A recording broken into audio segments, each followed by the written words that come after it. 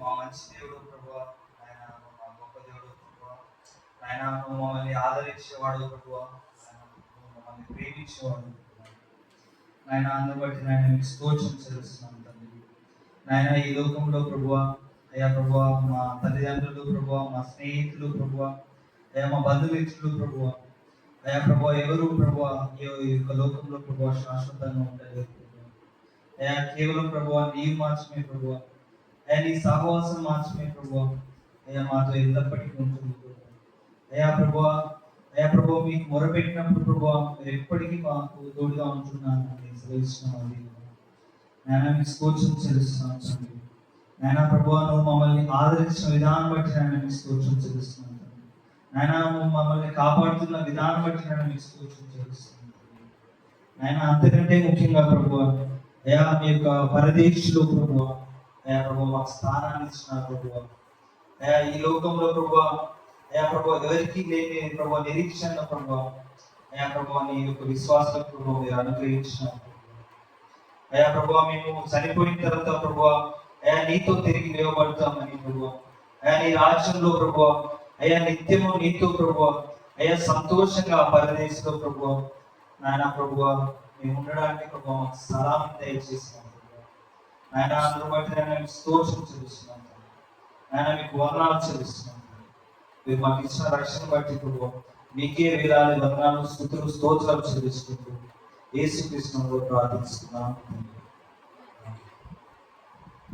ఈకోసం మన కమలను వచ్చి వాక్యాన్ని పరిచయం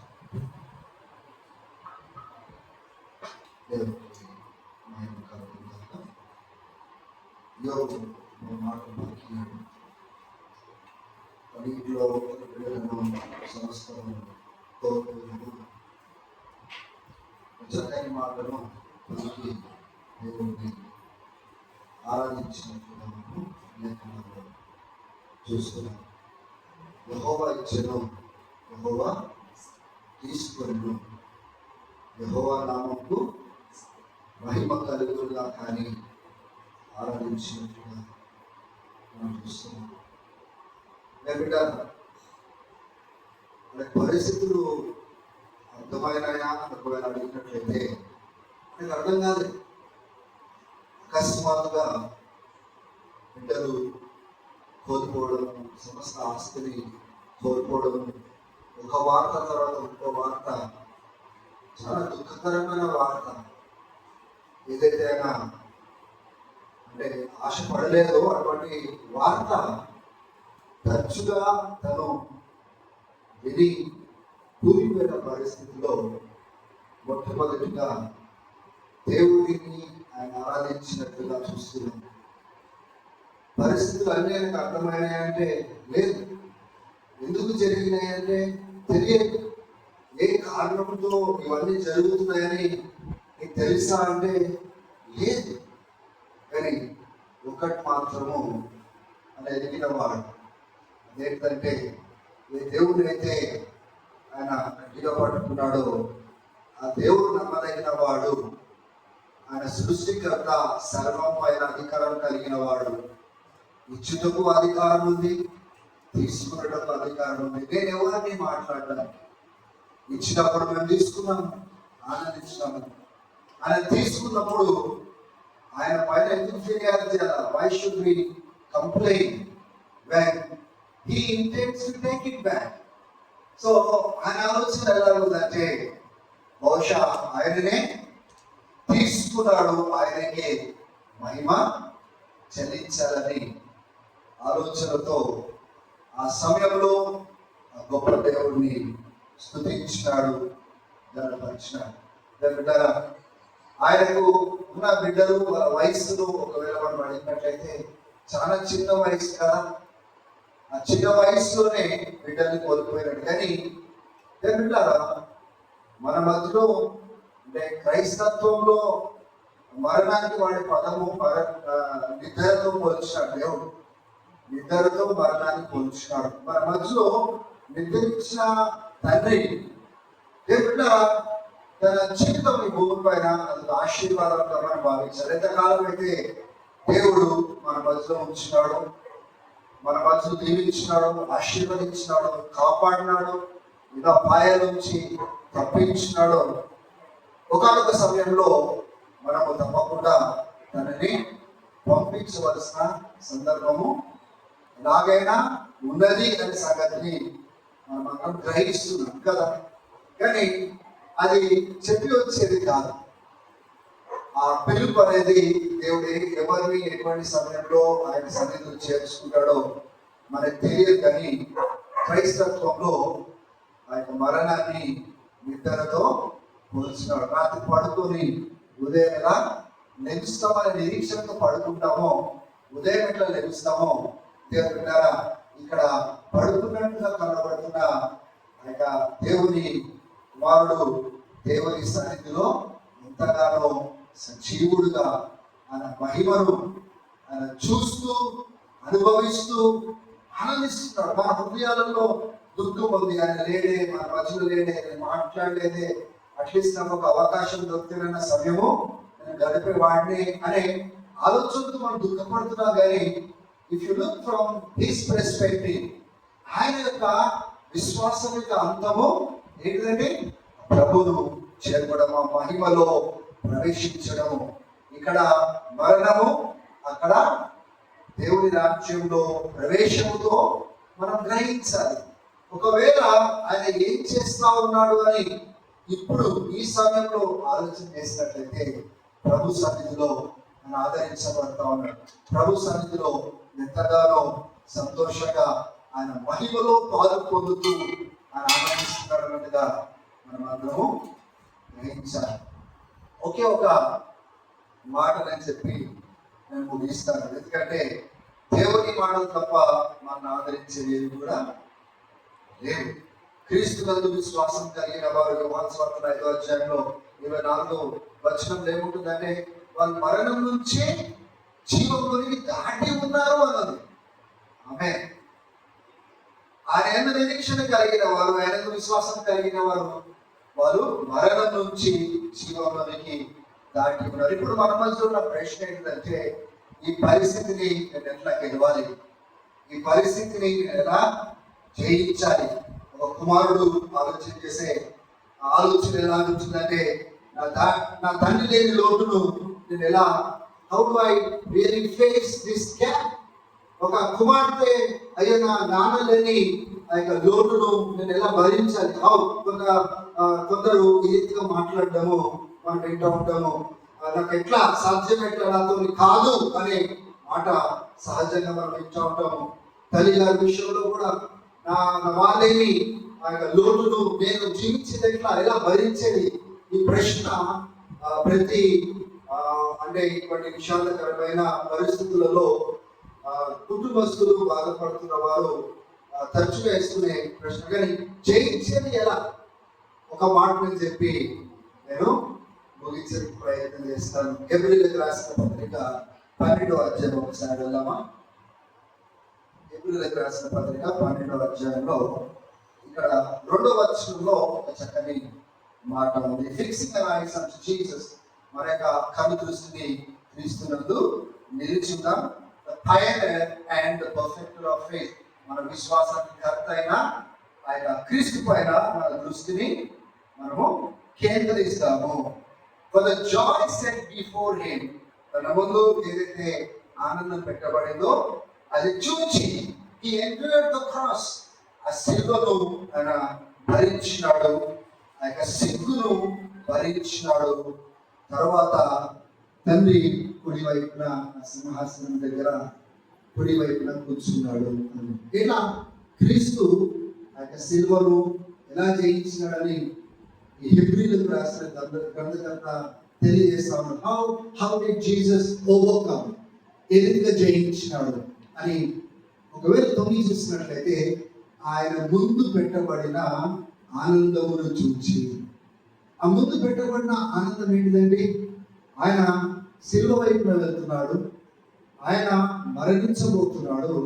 మరణం తర్వాత ఏ పునరుద్ధానము, ఏ మహిమ, ఏ రీతిగా అయితే ఈ లోకమంతా సువార్త ప్రకటించబడడం, దేవుని యొక్క రాజ్యము భూలోకమంతా రావడము, దేవుని బిడ్డలారా ఆ ముందు పెట్టబడిన ఆనందము అంటే ఇంత గొప్ప విజయాన్ని ఆ క్రీస్తు చూచినప్పుడు, ఆ తండ్రి క్రీస్తుకు చూపించినప్పుడు he made up his mind, ఈ సిలువను నేను భరించగలుగుతాను, ఈ శోధనలను నేను భరించగలుగుతాను, ఈ యొక్క సిగ్గును నేను భరించగలుగుతాను, ఈ ఎగతాళిని నేను భరించగలుగుతాను, ఈ అవమానాన్ని నేను భరించగలుగుతాను, ఇవన్నిటినీ నేను భరించగలుగుతాను అనే నిశ్చయత క్రీస్తుకి ఎప్పుడు కలిగిందంటే ఆయన ముందు పెట్టబడిన సంతోషాన్ని తండ్రి చూపించినప్పుడు, తను చూపించినప్పుడు.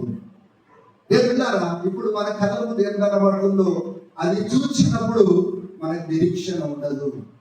ఏదైతే మనం కోల్పోయినామో దానిపైన దృష్టి పెట్టినప్పుడు ఈ బాధ పైన, ఈ కష్టం పైన క్రీస్తు కూడా కేవలము సిలువ మీద, ఆ యొక్క సిలువలో జరిగేది ఆయన చూసినప్పుడు ఆ యొక్క గెత్సెమనే తోటలో ఎంతగానో రోధించినాడు, వేదనతో ప్రార్థించినాడు, చెమట రక్తంగా మారేటట్టుగా ప్రార్థించినాడు. కానీ something happened in those times, something opened up before him. దేవుడు, ఆ తండ్రి అయిన దేవుడు ఆయన ముందు పెట్టబడిన సంతోషాన్ని చూచిన వెంటనే వారు వెతుక్కుంటూ వచ్చినారు. వెతుక్కుంటూ వచ్చినప్పుడు దేవుడు ఆ యేసు ఎవరు అన్నప్పుడు నేనే, నన్ను తీసుకొని వెళ్ళండి అనేసి తను అప్పగించుకున్నట్లుగా చూస్తాము. ఆయన ముందు పెట్టబడిన సంతోషం. ఇప్పుడు మన ముందు పెట్టబడిన సంతోషం ఏంటండి? మన యజమానుడు, మన నాయకుడు, ఆ మాస్టర్, he overcame death, మరణాన్ని ఆయన గెలిచినాడు. ప్రథమ ఫలంగా ఆయన లేచినాడు. ప్రథమ ఫలం అంటే మనము మన గార్డెన్లో కానీ మన పంటల్లో కానీ ఫస్ట్ ఫ్రూట్ ఏదైతే ఎలా అయితే దాని యొక్క కలర్ కానీ, దాని రంగు కానీ, దాని యొక్క టేస్ట్ కానీ ఎలాగైతే ఉంటుందో, లేకుండా పంటలన్నీ కూడా, రాబోయే పంటలన్నీ కూడా అదే రంగు, అదే రుచి, అదే చిన్నతనం, అదే రీతిగా టేస్ట్ అనేది. ఇప్పుడు యేసుక్రీస్తు కూడా మరణాన్ని ఆయన గెలిచి ప్రథమ ఫలముగా ఆయన ఇస్తాడు. దేవునికి స్తోత్రం కలుగుతుంది. ఎందుకు తెలుసా? రాబోయే పంటంతా ఆయన నమ్ముకున్న వారందరూ కూడా అదే రీతిగా, అదే మహిమ శరీరముతో లెగవాలని క్రీస్తు ఆయన మొదటి ఫలముగా, ప్రథమ ఫలముగా లేపబడ్డాడు. లాజరస్ చనిపోయినాడు, కానీ తిరిగి ఆయన చనిపోయిన తర్వాత యేసుక్రీస్తు లాజరస్ ని లేపిన తర్వాత మరలా లాజరస్ చనిపోయినాడు. ఆ లాజరస్ ఆర్డినరీ వ్యక్తిగానే బ్రతికినాడు. అందరిలాగానే ముసలివాడు అయి ఉండొచ్చు, లేకపోతే తర్వాత కూడా రోగాలు వచ్చి ఉండొచ్చు. కానీ క్రీస్తు మరణించి లేచింది మహిమ శరీరము. దేవుని బిడ్డ, మరలా తుల్లిపట్టే శరీరం కాదు, పాడైపోయే శరీరం కాదు. ఆయన అక్షయతను ధరించినాడు. క్షయమైనది ఆయన వదిలి ఆయన అక్షయతను ధరించిన శరీరము. అక్కడ బాధ లేదు, వేదన లేదు, రోగం లేదు, వ్యాధి లేదు. మహిమ శరీరముతో ఆయన లేచి వచ్చే పంటంతా ఆయన నమ్ముకున్న వ్యక్తులందరికీ, విశ్వసించిన వారందరికీ ఆ మహిమ శరీరమును ఆయన ప్రసాదించుటకై ఆయన చేసుకుడుగా లేచినాడు. ప్రథమ ఫలంగా ఆయన లేచినాడు. దేవుడిలారా, ఆయన వస్తున్నప్పుడు ఆర్భాటముతోను ప్రధాన దూత శబ్దంతోను ఆయన గంభీరంగా వస్తున్నప్పుడు మృతులు మొట్టమొదటిగా వాళ్ళు లేస్తారు. తర్వాత మనం కలుసుకుంటామనే మాట లేఖనాలలో చాలా స్పష్టంగా మనం చూస్తాం. కాబట్టి మన ముందు పెట్టబడిన ఆనందాన్ని మనం చూడాలి. మనం పొందుకుపోయే మహిమ శరీరాన్ని మనం చూడాలి. ఆ నిత్య మహిమను మనం చూసినప్పుడు దేవుడు మనకు ఆయన రాకడలో, ఆయన రాజ్యంలో మహిమ శరీరముతో ఏ రీతికైతే మనం చేర్చుకోబోతున్నాడో వాటిని మనం చూసినప్పుడు ఏ రీతిగా యుగయుగములు ఆయనతో పాటు సంతోషంగా ఉండబోతున్నామో మనం చూసినప్పుడు క్రీస్తుతో కూడా ఈ కుమారుడు మహిమ శరీరంతో దిగి రావడము ఇప్పుడు మనం చూసినప్పుడు దేవుడిలారా మనం ఆనందించాము, మనం స్తుతిస్తాము, మనం ఘనపరుస్తాము. మనం పోగొట్టుకోలేదు అని మనము క్రీస్తులో భద్రపరుచుకున్నాము. కొలొస్సీయులకు రాసిన పత్రికలో 3వ అధ్యాయంలో ఒక చక్కని మాట ఉంటుంది. ఏంటంటే మనము మృతి పొంది ఉన్నాము, మన ప్రాణము క్రీస్తునందు భద్రపరచబడి ఉంది. క్రీస్తు ప్రత్యక్షమైనప్పుడు మనం కూడా ఆయనతో ప్రత్యక్షం అవుతాము. దేవునికి మహిమ కలుగును గాక. నేను ఏం చూస్తున్నా తెలుసా? ఈ బిడ్డ క్రీస్తులో భద్రపరచబడ్డం నేను చూస్తున్నాను, క్రీస్తులో దాచివేయబడ్డం నేను చూస్తున్నాను. క్రీస్తు ఆ మహిమతో ప్రత్యక్షము అవడంతో ఈయన కూడా దాచబడ్డ వ్యక్తి. చాలా ప్రశస్తమైన వాటిని కదా మనం దాస్తాము. వజ్రాలను కానీ బంగారం కానీ చాలా విలువ కలిగిన స్థానంలో మనం పెడతాం కదా. క్రీస్తును నమ్ముకున్న వాళ్ళందరూ కూడా విలువ కలిగిన వారు ఆ రీతిగా భద్రపరచబడి క్రీస్తు ప్రత్యక్షమైనప్పుడు వారు కూడా ప్రత్యక్షం కాబోతున్నారు. ఇవన్నిటిని మనం చూడకూడదా? వీటన్నిటిని మనం చూచినప్పుడు క్రీస్తు కూడా తన ముందు పెట్టబడిన ఆ యొక్క సంతోషాన్ని ఆయన చూచినప్పుడు ఐ కెన్ ఫేస్ ఎనీథింగ్. ఈ మహిమ కోసము, ఈ గొప్ప ఉజ్జీవము, చాలా యొక్క దేవుని యొక్క రాజ్యము, మహిమ, ఆయన తండ్రి వైపున, తండ్రి గుడి వైపున కూర్చోవడము, వీటన్నిటిని చూచి ఇప్పుడు ఏదైతే జరగబోతుందో దీన్ని నేను చేయించగలుగుతాను అనే నిశ్చయతో commitment he gave himself to the situation. మనం ఏం చూస్తున్నాం? ఏది ఇవ్వబోతున్నాడో, ఏదైతే మన ముందు ఉంచినాడో, ఏ సంతోషాన్ని, ఏ ఆనందాన్ని అయితే మన ముందు ఉంచినాడో వాటిని చూడకుండా వేరేది ఏది చూసినా కానీ ఈ దినము మనం తట్టుకోలేమేమో, తాగుకోలేమేమో, జయించలేమేమో, కూలిపోతామేమో, సాగిపోతామేమో, నిరుత్సాహంతో కూరుకుపోతామేమో. But you know what the Lord is saying to us? దేవుడు మనతో తన మాటల ద్వారా ఏం మాట్లాడుతుందో తెలుసా? దీన్ని చూడకు, దీన్ని దాటి కొంత ముందు నేను ఏం సిద్ధపరిచినానో దాన్ని చూడు. అప్పుడు నువ్వు కూడా చెప్పగలుగుతావు, దాని కొరకు దీన్ని నేను జయించగలుగుతాను, దాని కొరకు మహిమతో ఈ బిడ్డను సాగలుగుతాము, తండ్రికి అప్పచెప్తాము. ఎందుకంటే ఈసారి క్షేమయ్యే, పాడైపోయే శరీరమును మేము అప్పచెప్తున్నాం, కానీ ఆయన అక్షయతను ధరించుకొని ఆయన రాబోతున్నాడు. పాడుగాని శరీరంతో ఆయన రాబోతున్నాడు. ఈసారి నేను గుర్తుపట్టడము బహుశా కొద్దిగా ఆశాభద్రం తెలియదు. ఎందుకంటే he's not going to come like this. ఈ రీతిగా రాడు. He's going to come with such glory. మహిమతో రాబోతున్నాడు. ఆయన భద్రపరచబడి ఉన్నాడు. స్తోత్రం చెప్తాం ఒకసారి. హల్లెలూయా. మన ప్రాణము క్రీస్తునందు భద్రపరచబడి ఉంది. ఆయన ప్రత్యక్షమైనప్పుడు మనమందరం కూడా ఆయనతో ప్రత్యక్షము కాబోతున్నాం. ఆమేన్. హల్లెలూయా. ఎంత గొప్పటి నిరీక్షణ దేవుడు మనకి ఇచ్చినాడు. మనం ఎదుర్కోక ముందే క్రీస్తు దాన్ని ఎదుర్కొని జయించి చక్కని జయ జీవితాన్ని మన కోసం సిద్ధపరుస్తుంది. కనుక ఈ మాటల చేత దేవుడు మిమ్మల్ని ఆదరించుగాక. కుమారులను ఆదరించును గాక, కుమార్తెను ఆదరించును గాక, బంధువులను స్నేహితులను ఆదరించును గాక, ప్రత్యేకంగా తల్లిగారిని ఆదరించును గాక. Until unless we see what the Lord has placed before us, మన ముందు ఏదైతే దేవుడు పెంచినాడో ఆనందాన్ని చూడనంత వరకు మన చుట్టూ ఉన్న కష్టమును, బాధను, హింసను, వేదనను మనం జయించలేము. యేసయ్య తన ముందున సిలువను, ఎగతాళిని, అవమానమును, ఆ యొక్క కేలిని, అన్నిటినీ ఎలా జయించినాడు అనుకుంటున్నారు? అది కేవలం అదే చూడలేదు, దాని తర్వాత ఏ మహిమనైతే తండ్రి ఇవ్వబోతున్నాడో వాటిని చూచి వీటన్నిటిని జయించినాడు. దేవుడు అటువంటి కృప మీకును మనకును మనందరికీ దయచేయడం గాక. ఆమె తలను వచ్చి ప్రార్థన చేద్దాం. ప్రభువానికి వందనాలు అయా, రాత్రికాల సమయంలో ఈ మాటలను బట్టి నీకు వందనాలు, స్తోత్రాలు చెల్లిస్తున్నాను. నేను విశ్వాసం కలిగిన వాడు మరణం నుంచి జీవంలోనికి దాచి ఉన్నాడు అని సెలవిచ్చినావు. స్తోత్రాలు. బిడ్డలు కూడా ప్రభా దాటించినందుకు వందనాలు. ప్రభా ఈ అందరూ విశ్వాసం కలిగిన వాడు ఏమాత్రము సిగ్గుపడని రీతిగా ఆయా ప్రాణమును కూడా నువ్వు భద్రపరుస్తున్నావు. నువ్వు ప్రత్యక్షమయ్యావు, బిడ్డలు కూడా ప్రత్యక్షపరుస్తున్నందుకు వందనాలు, స్తోత్రాలు చెల్లిస్తున్నావు. జన బిడ్డల కోసం ప్రార్థిస్తున్నాను, కుటుంబస్తుల కోసం ప్రత్యేకంగా ప్రార్థిస్తున్నాను. 2 కొరింథీ మొదటి అధ్యాయంలో రాసినట్లుగా సమస్త ఆదరణకు మూలమైన తండ్రి మిమ్మల్ని ఆదరించును గాక అని పౌలు పలికిన మాటలు అయా పలుకుతున్నాను. బిడ్డలకు అటువంటి ఆదరణ, ఓదార్పు కలుగును గాక. అటువంటి ధైర్యమును ప్రసాదించండి. యోగుకు అర్థం కాలేదు ప్రభా, అయినప్పటికీ అయా పరిస్థితులు అర్థం కాకపోయినా అర్థమైన దేవుడిని గట్టిగా పట్టుకున్నాడు.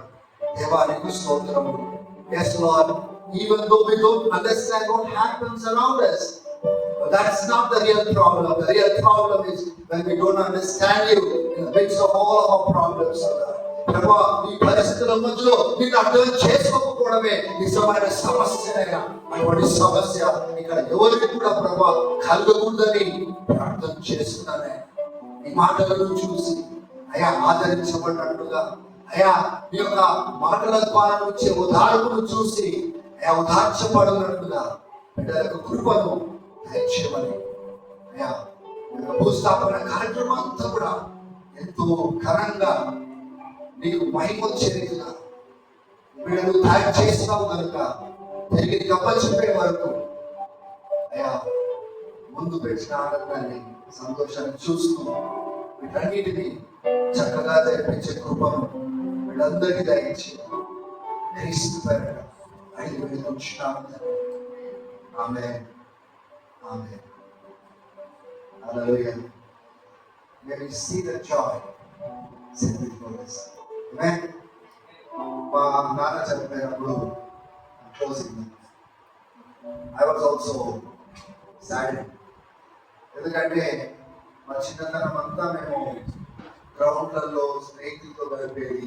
చదువు వచ్చే టైంలో చదువుకోవడానికి వేరే ఊర్లోకి వెళ్ళినాము. అకస్మాత్తుగా ఆయనకు హార్ట్ అటాక్ రావడము, ఎక్కువ సమయం కూడా గడపకుండానే తను చనిపోవడం జరిగింది. అయితే సమాధి దగ్గర నేను కూర్చొని ఏడుస్తున్నప్పుడు ఒక స్వరాన్ని నేను విన్నాను. ఎందుకంటే ఆ దుఃఖం ఎలా వ్యక్తపరచాలో అర్థం కావట్లేదు నాకు. ఇప్పుడు ఆయన లేని లోటు ఎలా భరించాలో నాకు అర్థం కాలేదు. సమాధిలో కూర్చొని ఏడుస్తా ఉంటే ఒక స్వరం నిలబడుతూ ఉంది, ఎందుకు ఏడుస్తున్నావు, నా మాటలను నువ్వు నమ్మలేదా, నేను వచ్చేటప్పుడు నా ఎందుకు విశ్వాసం కలిగిన వారిని తీసుకొని వస్తాను చెప్పినా కదా, అది నువ్వు నమ్మలేదా, ఆ దేవుడు నాతో మాట్లాడుతున్నావు. నువ్వు ఇంతకు ముందు ఎలా చూస్తున్నావు, నువ్వు మరలా చూడబోతున్నావు. ముందు ఎలా మాట్లాడావు, నువ్వు మరలా మాట్లాడబోతున్నావు. నీ తండ్రిని నువ్వు కలుసుకోబోతున్నావు అని ఆ స్వరంతో దేవుడు మాట్లాడినాడు. దేవుడారా, I think that was the last time I cry. దాని తర్వాత నేను ఏడవలేదు. ఎందుకు తెలుసా? మాటలను గట్టిగా నమ్ముతున్నా. Jesus comes, I want to see my father again. When Jesus comes, ఎక్కువ దూరం లేదమ్మా. It's not very far. When he comes, you will see him again. మీరందరూ కూడా చూస్తారు. మరలా ఇప్పుడు మాట్లాడకపోయి ఉండొచ్చు కదా, ఏం పర్వాలేదు, అప్పుడు మాట్లాడండి. He will give you eternity to talk. స్తోత్రం కలుగునుగా. నిత్య ఎంత మాట్లాడిస్తాడు, ఎంత మాట్లాడుకుంటావు మాట్లాడు, ఎంత గడుపుతావు గడుపుకో. అప్పుడు నేను ఏడ్చావు కదా, ఇప్పుడు నీకు ఇస్తున్నా గడుపుకో అంటాడు. So let us all be strengthened. Hallelujah. Samuel sees mother and he will spend. Now, Sunny, we will all be all of our loved ones. Yes, we did not lose them. మొదటి రాసిన పత్రికలో మొదటి కొరింథీ 15వ అధ్యాయం అంటాడు, Christ truly was raised to life. క్రీస్తు నాకు మృతి పొందడానికి పోగొట్టుకోలేదు అంటున్నాడు. స్తోత్రం కలుగునుగా. What a great hope God has given to us. ఇప్పుడు అక్కడ కూర్చొని ఏమన్నా తెలుసా? మారనాథ ప్రభువు రా, ఎందుకంటే we will be ushered into a new world that God has prepared for us. And we will see all of our loved ones once again. Great joy. Let us welcome them. ఆ ఆనందాన్ని చూచి చేస్తాం. May God bless you. Thank you. Thank you అన్న. చక్కటి వాక్యం మాకు అందించినారు. దేవుడి మాటలు బట్టి చాలా ఆనందం పొందుతున్నాము. నిజంగా మన దేవుడు ఎంతో గొప్పవాడు. ఆయన మనకి గొప్ప నిశ్చయం. మనం ఒకనొక రోజు చనిపోయినప్పుడు దేవుళ్ళు మహిమాశీరుడుగా లేపడతారు. ఎల్లప్పుడూ ఇంకా ఆయనతోనే ఉండబోతున్నామని గొప్ప నిరీక్షణ మాటలు మనం అందిస్తున్నాం. కాబట్టి థ్యాంక్ యూ.